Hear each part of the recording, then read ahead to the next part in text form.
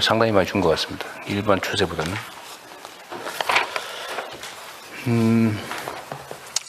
아까 보고된 내용 중에 이 형벌 규정이 우리나라가 너무 많다. 네네. 독일보다 3배 많다고. 지금 한 6천 개 정도 되는 걸로 파악되고 있습니다. 6천 개요? 네네. 조항으로 그렇습니다. 저번에 제가 본 건 2,700개인가 뭐 그랬던데. 저희가 지금 보고받은 건 한 6천 개 정도 돼 갖고요. 그 사이에 또 더 많이. 법률로는 한 1,200 몇십 개 정도의 법률의 형벌 규정들이 있고요. 아, 법률 기준으로 법률 안에 있는 개별 또 처벌 규정을 합치니까 6천 개가 넘더라고요. 네네. 그 정도로 저희 파악하고 있습니다. 어쨌든 이게 형사처벌 만능주의 비슷하게 빠져가지고 뭘 잘못하기만 하면 무조건 처벌 조항을 넣는데 그게 실제로는 실효성이 없지 않았습니까? 예, 그렇습니다. 예, 그래서 요새는 경제제재로 실효적인 제재는 역시 경제제재이기 때문에 경제제재로 전환하는 작업을 하고 있는 거죠.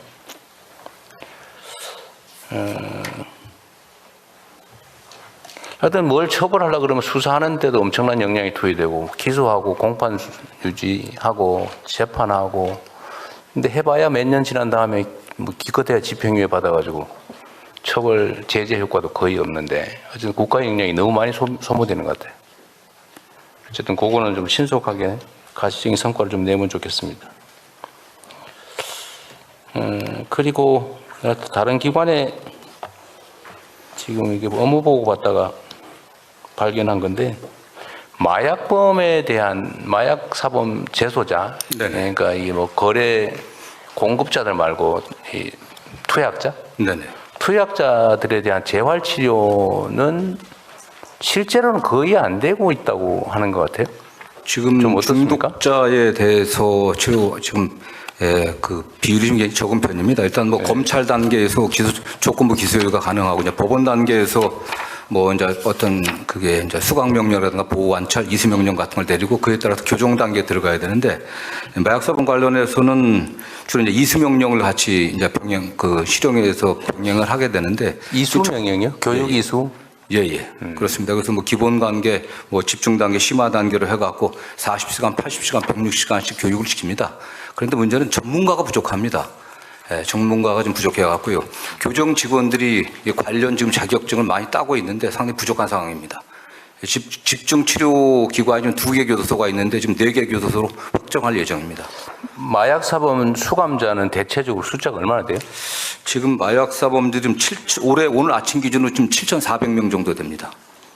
전체 재소자가 얼마예요? 전체 제도사 지금 기결 미결 합쳐서 6만 5천 명 조금 넘습니다. 그럼 10%가 넘는다는 거예요? 예, 마약 그렇습니다. 사범. 네.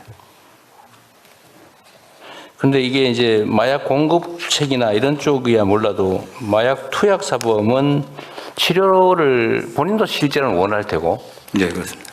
치료하면 효과도 좀 있을 텐데 국가에서는 기소유예 제가 저번에 마약 퇴치 운동 본부 뭐 그쪽 보니까 내가 볼 때 엄청 부실해 보이던데 체계적으로 마약 사범에 대한 대응 교육 또는 재활 체제가 있어요? 예, 저희들이 뭐 그 검찰에서 하는 검찰이나 이제 검찰 제가 규정에서 말씀드린 일단은 네. 재소자에 대한 상당히 이제 기구들이 구성돼 있습니다. 그래서 지금 부산하고 부산 청주죠 두 군데가 지금 전담 기구가 구성돼 있는데 그 보니까 치료해서 인원이 제한돼 그러니까 있습니다. 대상자가 뭐 2,300명 수준인 것 그렇습니다. 같은데 네. 7,000명이 들어있고 그중에 물론 공급책 이런 거 빼더라도 네. 단순 소지 투약자들 주로 투약자들 숫자는 얼마쯤 될까요? 그거 제가 정확하게 지금 뭐 누구 저기 아시는 분 없어요? 예, 법무부 교정본부장 이용렬입니다. 말씀드리겠습니다. 네. 전체 지금 마약 수용자는 약 7,400명입니다. 네. 그중에 한 4,800명 정도 전체 4,800명 중에서 약 65%가 투약자고 42%가 투약자고 58%가 비투약자입니다. 한 4,000명 정도, 4,000여 명 정도가 투약자들이다. 거기는 재활치료가 필요하겠죠, 기본적으로. 반드시 필요합니다. 예. 근데 아까 보면 저기 뭐 2개 교도소에서 한 200명, 200 몇십 명이든가 뭐 그런 것 같은데 자료상으로는. 네. 그거 좀 늘리겠다고 하는 거 봐요. 2배 늘려봐야 500명도 안 되는데 네. 나머지는 어떻게 합니까? 그냥 가둬놨다가 내보내요? 그렇지 않습니다. 지금 이제 현재는 투약자에 대해서 지금 마약류 관리법이 교육을 의무화시키고 있는데요. 비투약자가 제일 문제입니다. 그런데 관련 그 비투약자에 대해서도 입법을 해서 교육을 의무화하도록 지금 국회에 지금 계류 중에 있습니다. 비투약자는 뭐 단순 소지자 아니면 뭐 판매자, 공급, 소지 그런 거예요? 예, 그렇습니다. 그러면 그 투약자, 중독자죠. 투약자에 대해서는 충분한 재활 교육이 되고 있다고 그렇게 말씀하신 거예요? 아직은 좀 부족합니다. 저희가 그래서 내년 1월 1일부터 전담 부서를 지금 4개 교도소에 만들었습니다. 그래서 4개를 만들어봐야 500명 미만인데 네, 보니까. 그렇습니다. 현저하게 부족한 상황입니다. 그러니까 아니 제가 하는 얘기를 잘 들어보세요. 거기는 나름 어쨌든 뭐 시스템을 갖춰서 재활 교육을 하고 있는데 뭐 시설도 갖추고 하겠죠. 거기서 그렇게 대응하지 못하는 나머지 투약 인원에 대해서는 어떻게 하고 있냐고요? 그냥 단순 수감하고 관리하고 있는 거예요? 그렇지 않습니다. 그럼 어떻게 하고 있냐고. 미결 수용자하고 비투약자에 대해서도 아니 그게 아니고요. 저 투약자 실형 선고를 하게 되면 반드시 이수 명령을 갖다가 그 법원에서 내리게 돼 있습니다. 그러니까 교육인데요, 이게. 투약자는 무조건 이수 예, 이수 명령을 어디서요? 수감 중에 한다는 겁니까? 그렇습니다. 그래서 그 이수 명령은 이제 40시간, 80시간, 160시간 이렇게 단계별로 나눠서 교육을 시킵니다. 다만 문제는 전문가들에 대한 치료적인 사실은 치료가 필요한 치료는 안 부분이 하고 있거든요. 교육만 네. 일정 시간 네. 하고 치료 활동은 실제로는 못 하고 있는 상황이다. 네. 이제. 그러면 뭐가 필요합니까? 어쨌든 저희들이 그 중독 재활, 그 중독자들 재활하는 시설이 말씀드린 건 2군데인데 이걸 좀 더 확충해야 되고요. 실제로 이제 전문가들이 좀 저희들이 있어야 됩니다. 치료 전문가들이. 근데 지금 이게 사실은 뭐 정신적인 질환과 또 관계돼 있기 때문에 상당히 심각한 그 정신질환을 갖고 있는 그런 마약 사범도 있는데 전체 교정 시설 안에 있는 정신과 전문의가 1명입니다. 지금요. 아, 그래요? 예, 지금 성범죄자가 9천 명이 넘고 마약 범죄자가 7천 명이 넘는데도 다 이게 정신적인 문제가 있는데 이 정신과 전문의 딱 1명뿐이 없습니다. 그다음에 뭐 서울대에서 1명 정도 지원받고 있는데 굉장히 한계가 있습니다. 이게. 네. 알겠습니다. 그 서면 보고 자료에 몇 군데 이렇게 한번 체크해 볼게요. 지금 아직 제도적으로는 도입이 안 된 것 같은데 저런 논의가 있었지 않습니까? 예를 들면 교통범칙금을 내는데 5만 원, 10만 원 내면 서민들은 제재 효과가 있지만 예를 들면 일정한 재력이 되는 사람은 5만 원, 10만 원짜리 뭐 10장 받은 들 아무 상관없어서 다 막 위반한다는 거 아닌가요? 그래서 이거를 좀 자력에 따라서 차등을 두자. 범칙금이든 뭐 벌금 얘기까지 있었는데 그건 쉽지 않을 것 같고 범칙금이라도 네네. 그렇게 하자는 얘기에 대해서는 혹시 내부 검토된 게 있어요? 저희들이 뭐 제가 취임하면 사실 그 부분은 검토한 바가 없습니다. 지금 검토를 해보겠습니다. 이게 꽤 논의는 많이 됐는데 이거 한번 왜냐하면 이게 이게 공정하지 못하니까 제재 효과가 누구한테는 있고 네. 누구한테는 없거든요. 그래서 이거는 한번 점검을 한번 해볼 필요가 있지 않을까 싶네요. 예, 그렇게 하겠습니다. 네.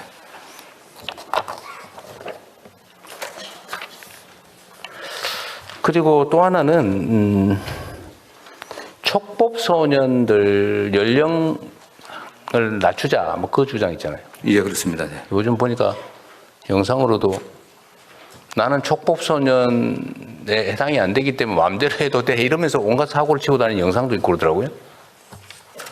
그래서 그런 문제들 연령을 좀 낮춰야 되는 거 아니냐는 문제에 대해서는 내부 검토가 있었습니까 혹시?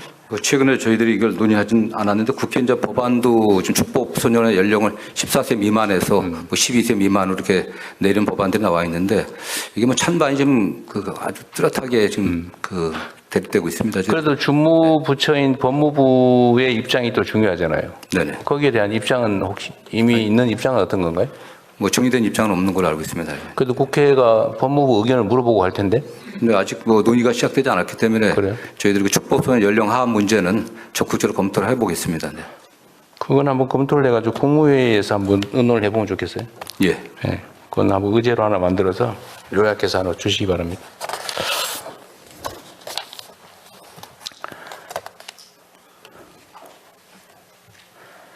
어, 10페이지의 윗부분에요. 자본시장 교란범죄 음단 항목이 있는데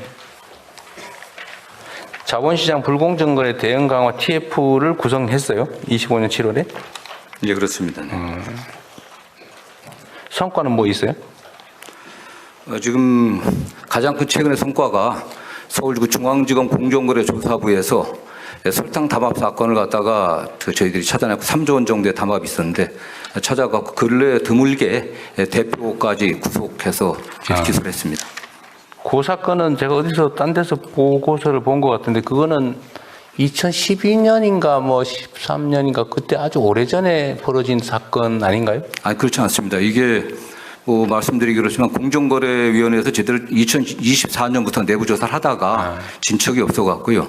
리니언 씨라고 해갖고 와서 신고하고 자백하게 되면 감형해주는 제도가 있습니다. 그래서 저희들이 그게 저희 검찰에 그 신고가 와갖고 검찰이 집중적 조사를 하고 이게 공정거래위원회가 전속 고발권이 있기 때문에 저희들 고발 요청을 3회에 걸쳐서 고발 요청을 해갖고 그랬었어요? 예, 저희들이 이걸 조사를 했습니다. 네, 했었습니다.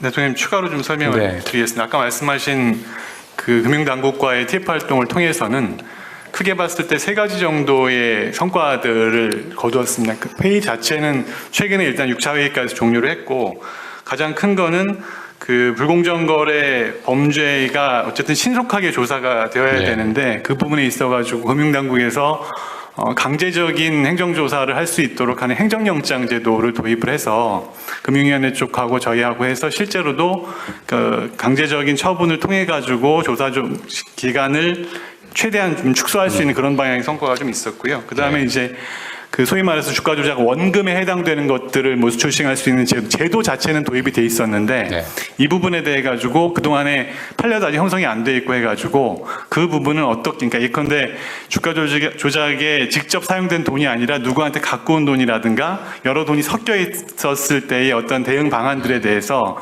그 금융 쪽 당국 쪽하고의 그 대응 논리들을 만들어서 현재 어떻게 할지에 대한 그 방향성들을 잡았고요. 마지막으로는 그 지금 양형 기준을 양형위원회 쪽에 이야기를 해서 올해 하반기에 그 상당 부분 반영을 한 부분이 있습니다. 예. 네. 하여튼 자본시장 교란 범죄에 대해서는 우리가 좀 엄정한 태도를 보여주고 실제로는 시도 자체를 못하게 막아야 되는데 지금까지는 너무 많이 방치돼 있어서 걸리는 경우는 재수 없어서 걸린 거고 통상적으로는 안 걸린다는 믿음이 있었던 것 같아요. 하여튼 그 점은 확실하게 좀 깨주면 좋겠어요. 예. 요즘 많이 좀 좋아지는 것 같다는 건 하는데 글쎄 여전히 이런 거 다 숨어서 하는 거니까 알 수가 없죠.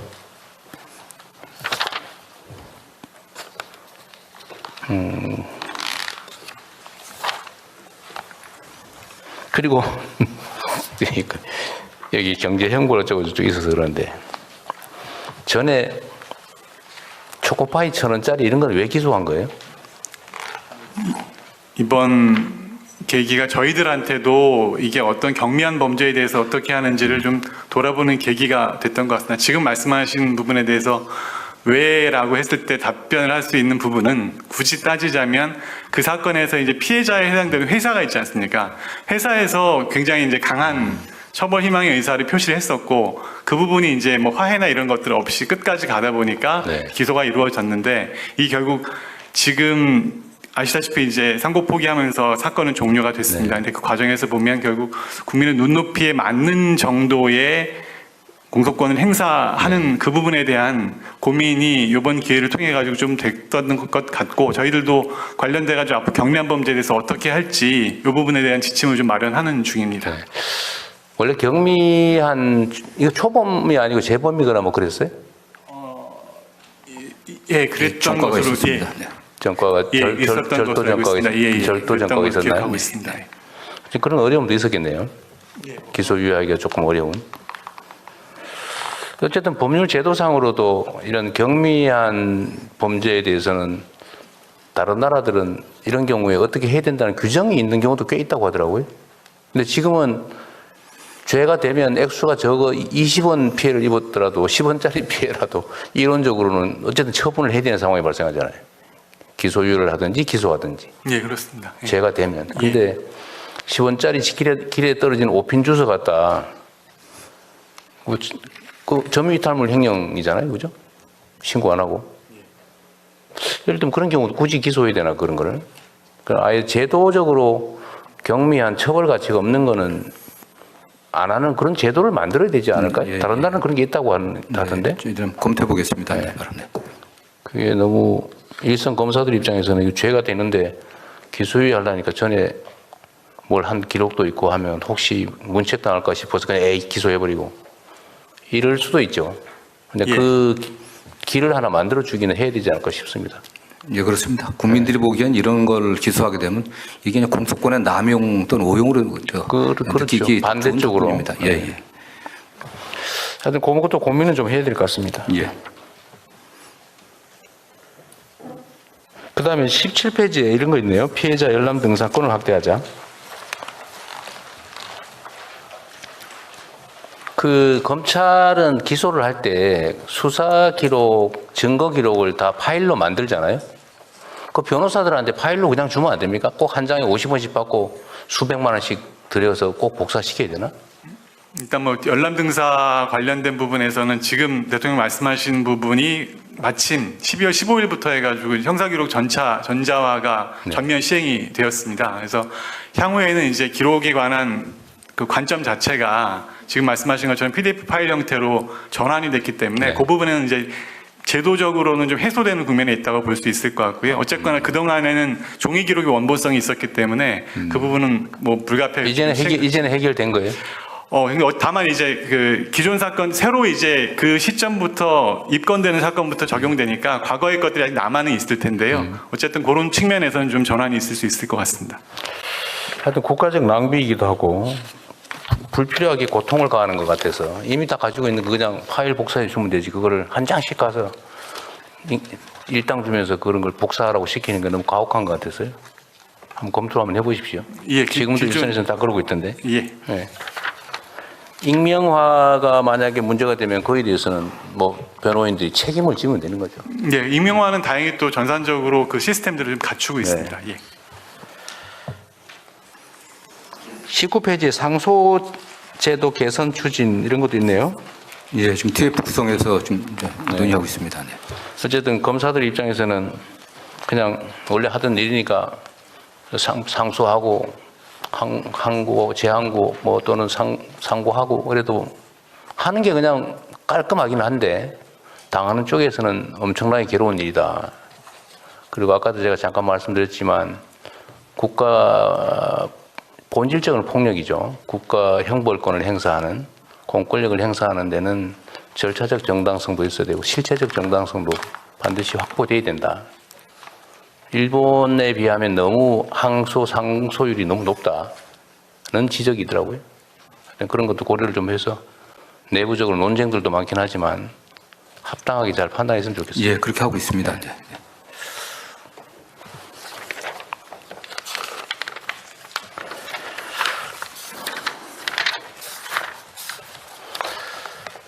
네, 뭐 이 정도 됐고 법률구조공단은 지금 정원이 905명인데 변호사도 145명을 고용하고 있어요? 변호는 지금 112명으로 되어 있습니다. 112명. 예. 변호사들이 직접 소송 수행을 하거나 변론을 합니까?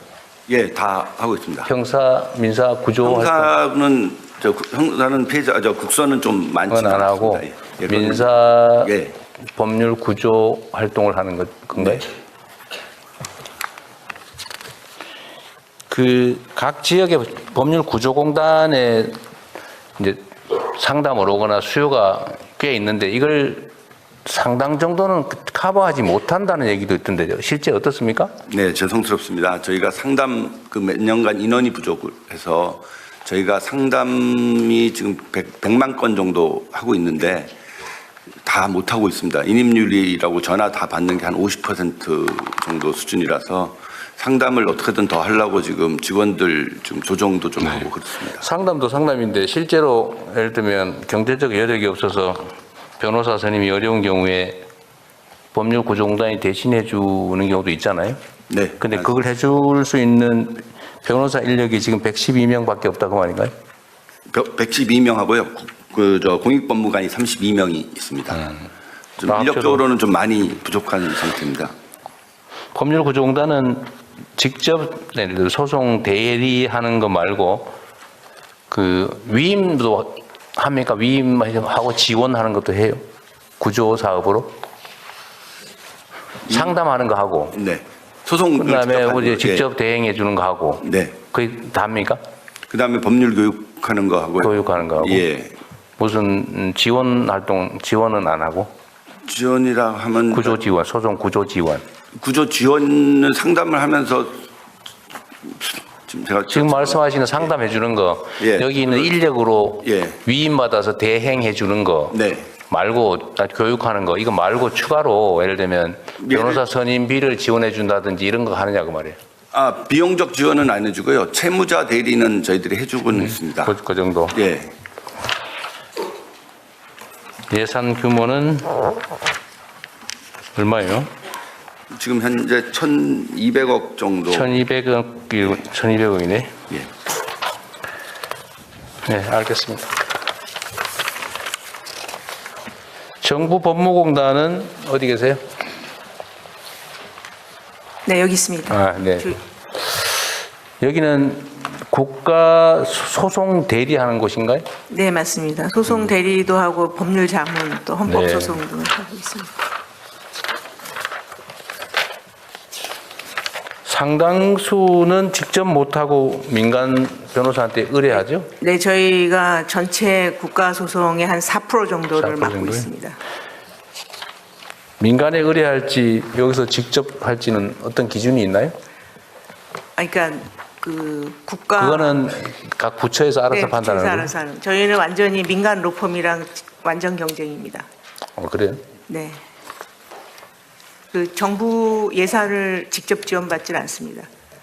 그래요? 그럼 정부에서도 수임료를 지급하고 맡긴다는 건가요? 그러니까 간접적으로 이제 수임료하고 착수금과 성공보수로. 아, 그래요? 네. 보조금이 한 4% 정도 있습니다.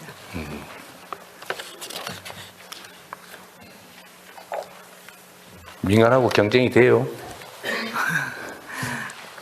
그래도 성과가 그 전체 국가 소송에서 예를 들면 승소율이 네. 민간의 승소율이 전체 국가 소송 승소율보다는 좀 높습니다.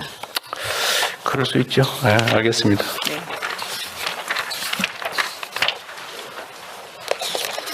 네. 네. 하여튼 대검찰청은 검찰청 업무라고 하는 것 자체가 하여튼 국민에게 신체적 구속을 가하거나 아니면 그들의 인생 자체를 재단할 수 있는 엄청난 권한을 가지고 있는데 그 권한이 공정하고 투명하고 객관적으로 행사될 수 있도록 각별히 신경 써주십시오. 예, 그렇게 하겠습니다. 네. 자, 성평등 가족부 할까요? 네, 이어서 성평등가족부 장관이 주요 업무를 보고드리겠습니다.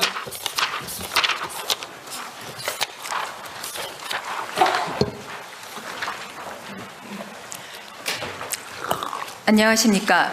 성평등가족부 장관 원민경입니다. 국민과 대통령께 성평등가족부 업무 계획을 보고드리겠습니다.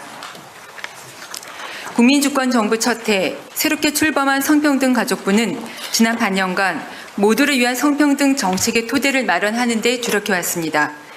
특히 현장 종사자와 분야별 전문가, 직능단체, 청년 등 다양한 국민들을 수십 차례에 걸쳐 직접 만나 뵙고 소통하면서 성평등 가족부가 나아가야 할 길에 대해 치열하게 고민하는 시간을 가졌습니다. 그 과정에서 국민들께서는 여전히 큰 성별 인식 격차, 젠더 폭력, 청소년 마음 건강, 가족 형태 변화 등 여러 가지 과제들을 말씀해 주셨습니다. 성평등 가족부는 이러한 국민의 목소리를 담아 평등한 일상, 안전한 삶, 함께 성장하는 미래라는 목표 아래 4대 분야 10가지 중점 과제를 마련했습니다. 먼저 성평등이 선언에 그치지 않고 국민의 일상 속에서 실질적으로 작동하도록 제도와 정책 전반을 다시 들여다보고 혁신하겠습니다. 성평등 정책 분야에서의 부처 간 협업과 정책 총괄 기능을 강화하기 위해 양성평등위원회를 확대 개편하겠습니다. 현재 8개 부처에 설치된 성평등 정책 전담 부서를 전 부처로 확대하여 모든 장관이 각 분야에서 성평등을 책임지는 실질적 범정부 성평등 책임 체계를 구현하겠습니다. 또한 청년들이 직접 참여하는 공론장을 본격적으로 운영함으로써 세대와 성별을 아우르는 성평등 공감대를 확고히 구축해 나가겠습니다. 성별 임금 격차는 노동시장의 불평등이 어떻게 축적되고 재생산되는지를 보여주는 지표입니다. 노동시장 전반에 공정과 성평등의 기준을 세워나가는 고용평등 임금 공시제를 도입하겠습니다. 아울러 성평등한 노동시장을 위해 여성 새로 일하기 센터를 중심으로 경력 단절 예방 서비스와 직업교육 훈련을 확대해 여성의 지속적 경제활동을 적극 뒷받침하겠습니다. 다음으로 국민 모두가 안전한 사회를 위해 젠더 폭력 대응을 한층 강화하겠습니다. 성평등 가족부는 디지털 성범죄 피해자 보호 지원의 총괄 부처로서 5만여 명을 지원하고 145만 건 이상 삭제를 지원하면서 많은 정보를 축적했습니다.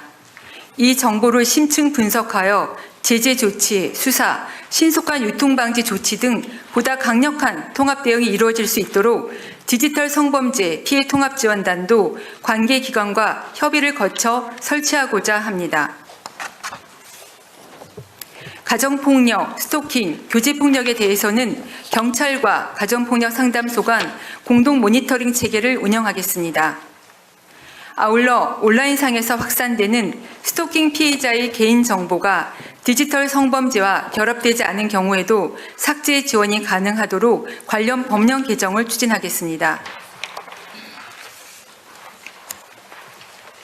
현재 강의식 주입식으로 이루어지고 있는 폭력 예방 교육을 토론식 참여, 체험과 같은 형식으로 다양화하여 보다 실효성 있는 교육으로 개편하겠습니다. AI 기반 온라인 성착취 대응 시스템을 고도화하여 아동 청소년 온라인 성착취 유인 정보와 성착취물을 자동으로 수집, 분석, 신고하는 등 선제적으로 대응하겠습니다. 성매매뿐 아니라 성착취물, 그루밍 피해 아동 청소년도 포괄적으로 보호하고 지원할 수 있는 제도적 근거를 마련하여 정책의 사각지대를 보완해 나가겠습니다. 셋째, 단 한 명의 청소년도 소외되지 않고 건강하게 성장할 수 있도록 뒷받침하겠습니다. AI 기반 위기탐지 시스템을 새롭게 구축하여 자살, 자해 충동의 위기를 겪는 청소년이 온라인상에서 보내는 신호를 신속히 포착하고 상담과 필요한 서비스로 연계할 수 있도록 1388 온라인 상담 또한 강화하겠습니다. 가정과 학교 안팎 구분 없이 모든 청소년에게 동등한 기회를 보장하겠습니다. 가정 밖 청소년에게 주거, 생활, 일자리 등 지원을 확대하고 성장 일터 시범 사업을 통해 청소년들의 자립을 지원하겠습니다. 모든 청소년들이 마땅히 누려야 할 기회가 학교 밖 청소년이라는 이유로 누락되는 일이 없도록 세밀히 지원해 나가겠습니다. 청소년들이 안전하고 책임감 있게 디지털 시대를 살아갈 수 있도록 디지털 시민교육 프로그램을 새롭게 개발하고 청소년 시설을 중심으로 시범 운영하겠습니다. 아울러 청소년들이 국제적 시야를 갖추고 주체적인 세계 시민으로 성장할 수 있도록 청소년 국제 교류도 재개하겠습니다. 마지막으로 모든 가족이 안정적이고 행복한 일상을 누릴 수 있도록 성평등 가족부가 든든한 울타리가 되겠습니다. 집으로 아이 돌보미가 찾아가는 아이돌봄 서비스는 정부 지원 대상과 시간을 확대하고 공공뿐 아니라 민간 아이돌봄 서비스도 안심하고 이용할 수 있도록 관리 기반을 마련하겠습니다. 저소득 한부모 가족에 대해서는 복지급여 지원 기준과 금액을 확대해 나가겠습니다. 다문화 가족 지원 서비스의 범위를 이주 배경 가족까지 넓혀 안정적인 정착을 지원하겠습니다. 지역사회 내 취약 위기 가족을 신속히 발굴하기 위해 맞춤형 서비스 제공 기관도 확대 운영할 계획입니다. 또한 1인 가구 증가세에 발맞춰 가족센터를 통해 사회 관계만 형성, 생활과 돌봄을 지원하겠습니다. 그동안 축소되었던 성평등 정책을 조속히 복원하고 후퇴했던 시간만큼 더 빠르게 앞으로 전진하겠습니다. 국제사회에서 대한민국 위상에 걸맞은 실질적 성평등 국가로 거듭날 수 있도록 새로운 도약과 회복의 역사를 국민과 함께 만들어 가겠습니다. 감사합니다. 네, 수고하셨습니다. 약간 생뚱맞은 얘기인데 네. 그냥 재밌자고 하는 얘기니까 오해는 하지 마시고. 최근에 그 동물복지원, 네, 이걸 동물복지 네. 사무를 담당하니까 동물 학대 금지, 뭐 반려동물 보호 네. 지원 이런 걸 하는 걸 만들자 이러니까 누가 그걸 어디다 둘 거냐? 농식품축산부에 둬야 된다고 하니까 누가 아니다. 그 복지니까 복지부에 둬야 된다. 까지는 제가 이해를 했는데 일부에서 반려식구를 어떻게 복지부에 두냐. 이거 성평등 가족부로 가야 된다. 반려동물을 복지원을 떼가지고 어떠세요? 황당한가요? 아니 저는 반려동물을 가족의 개념으로까지 그 확장해 생각하시는 국민들이 많이 있다고 생각하고요. 실제로는 그런 것 같아요. 네, 네. 그렇습니다. 그러면 그쪽에다 만들면 받아주실 생각 있으세요? 국민이 원한다면 해야죠. 네. 본인이 아니고 네. 이 반려동물과 같이 사는 우리 국민들이 1,000만 가구가 넘는다고 그러죠. 근데 이것 때문에 실제로는 심각한 논쟁이 되거나 아니면 제가 농담 비슷하게 한 얘기지만 격렬하게 갈등이 생길 수도 있을 것 같아서 그래요. 반려동물 취급하는 기관을 어디다 둘 거냐. 네. 한번 생각해 보세요, 나중에. 네. 알겠습니다. 조만간 한번 시끄러우실 것 같아요. 네.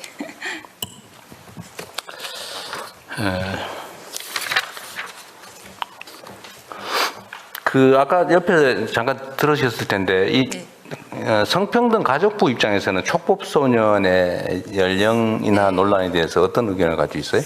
네, 저희가 청소년 네. 보호와 성장이 저희 또 부처의 중요한 영역 중에 하나입니다. 저희는 우리 부처에서는 청소년에 대하여 아직까지는 보호와 성장의 개념으로 보고 촉법소년 연령 하향에 대해서는 조금 더 숙고가 필요하다라는 입장입니다. 그 사이에 법무부는 생각 좀 해보셨어요? 각종 범죄자의 연령이 계속 낮아지고 있습니다. 가장 심각한 게 지금 마약 범죄입니다. 네. 지금 10대, 30대까지의 마약 범죄가 한 60% 되는데 10대도 지금 초등학생까지 마약 범죄가 확산되고 있다는 점도 있기 때문에 마약 범죄뿐만 아니라 성범죄 그럴 때는 좀 낮추는 것들이 좀 필요한 게 아닌가. 이게 단순한 좀 더 교육만 갖고서는 안 되는 게 아닌가 하는 그런 좀 고민도 좀 하고 있습니다. 그 성착취물 제작 배포에도 이 촉법소년 문제가 걸려 있죠. 네, 그렇습니다. 꽤 네. 있는 것 같아요. 나는 안 걸려, 뭐 이러면. 그것도 고민해봐야 될 부분 네. 같네요. 결론을 내긴 어려운 것 같고.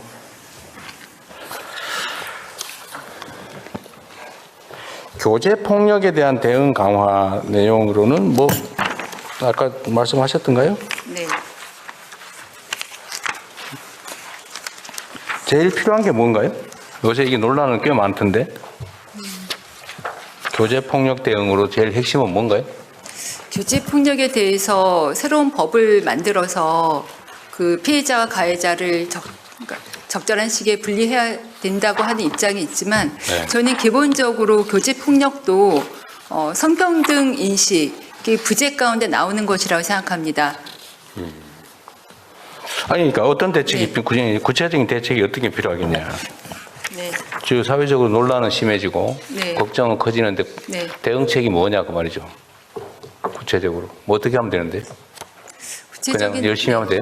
아닙니다. 저희는 교제 폭력 관련법을 근본적인 방향에서부터 법의 제정이 필요하고 교제 폭력에 대하여 과거에는 피해자가 반의사 불벌, 피해자가 처벌을 원하지 않는다는 입장을 표현하면 바로 경찰이 더 이상 수사를 하지 않는 방향으로 진행해 왔는데 피해자 의사와 무관하게 경찰이 피해 상황을 적극적으로 검토해서 고위험군 피해자의 경우에는 피해자의 의사와 관계없이 지속적으로 보호해 나가는 방향. 그러니까 반의사불벌죄나 친고죄로 하지 말아야 된다. 맞습니다.